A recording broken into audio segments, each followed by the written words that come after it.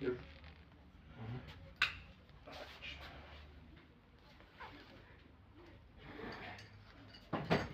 Все.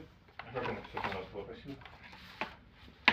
Песочную подушку сначала, а потом раствор.